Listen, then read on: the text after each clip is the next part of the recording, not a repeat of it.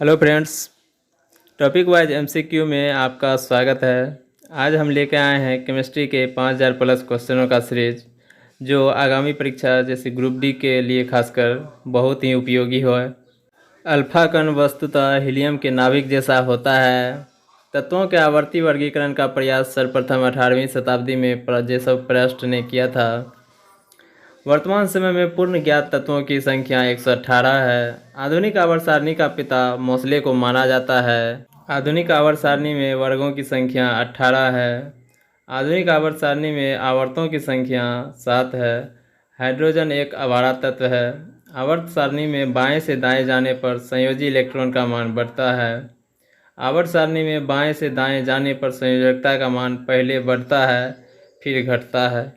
आवर्त सारणी में बाएं से दाएं जाने पर परमाणु का आकार घटता है।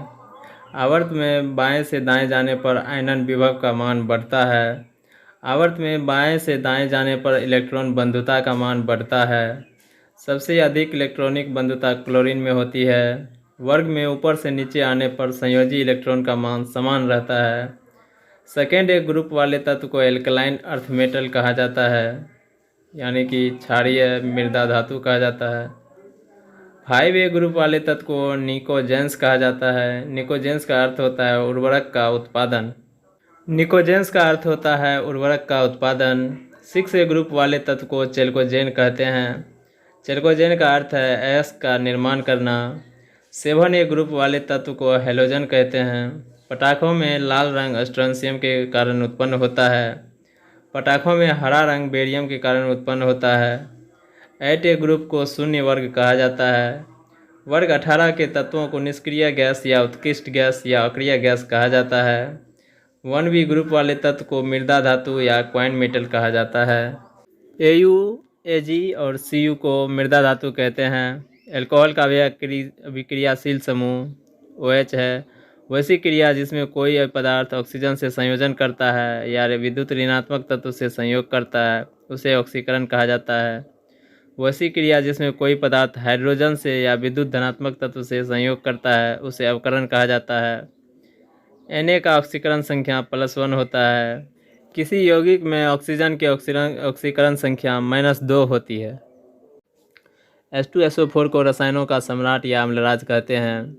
जो स्वाद में तीखा होता है एवं लाल लिटमस पत्र को नीला कर देता है वह भस्म कहलाता है।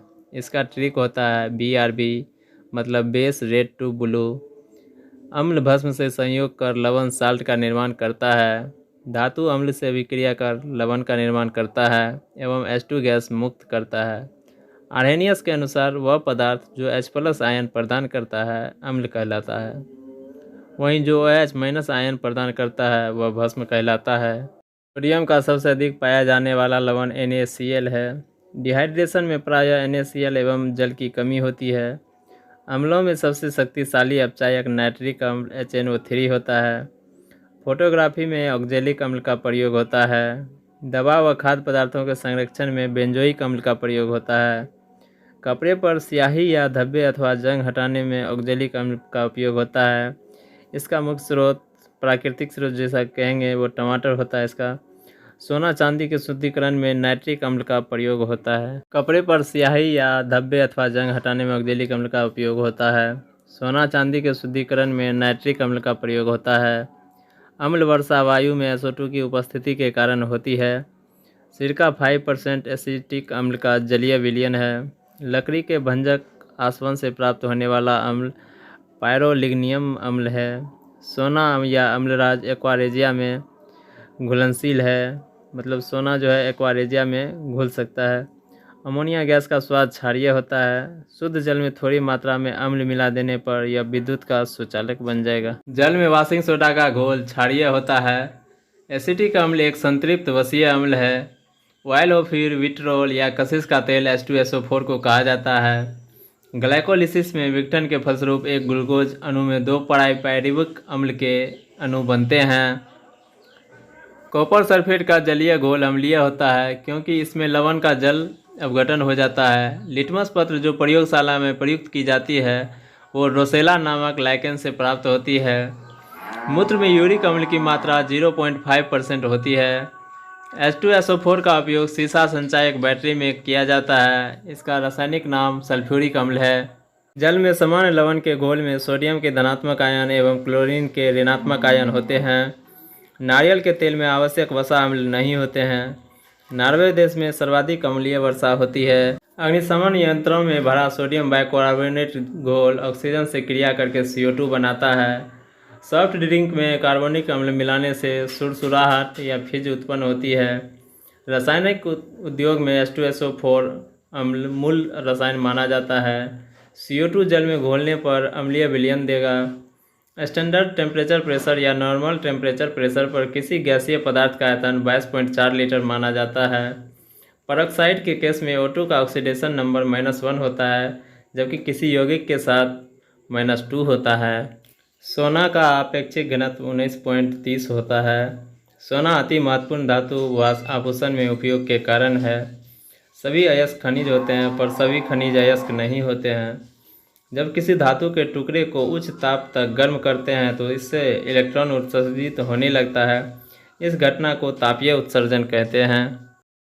जो धातु हथौड़ा मारने पर टूट जाए वह ब्रैटल या भंगुर कहलाती है। वह धातु जो समान तापक्रम पर नाइट्रोजन के साथ क्रिया करके नाइट्राइट उत्पन्न करता है मैग्नीशियम कहलाता है। मैग्नीशियम धातु नाइट्रोजन गैस से जलती है। पीट कर धातु को चादर का रूप दिया जाता है। धातु के इस गुण को आघातवर्धनीयता कहा जाता है। वे धातु जो साधारणतया यौगिक नहीं बनाते हैं आदर्श धातुएं हैं। अयस्क में मिले अशुद्ध पदार्थ को गैंग कहते हैं। उत्कृष्ट धातुओं के उदाहरण सोना, प्लेटिनम, सिल्वर तथा मरकरी है। प्याज व लहसुन में गंध का कारण सल्फर की उपस्थिति है। वायुयान के निर्माण में पैलेडियम धातु प्रयुक्त होती है। फोटो इलेक्ट्रिक सेल में सेलेनियम का प्रयोग होता है। परलेस पोटेशियम कार्बोनेट को कहा जाता है। चूहा विष के रूप में जिंक फॉस्फाइड का प्रयोग करता है। साधारणतः मरकत या पन्ना का रंग गहरा हरा है। Ca और Mg युक्त जल को कठोर जल कहते हैं। यदि एक लोहे के तार को कॉपर सल्फेट के घोल में रखा जाता है तो तांबा अवक्षेपित होता है।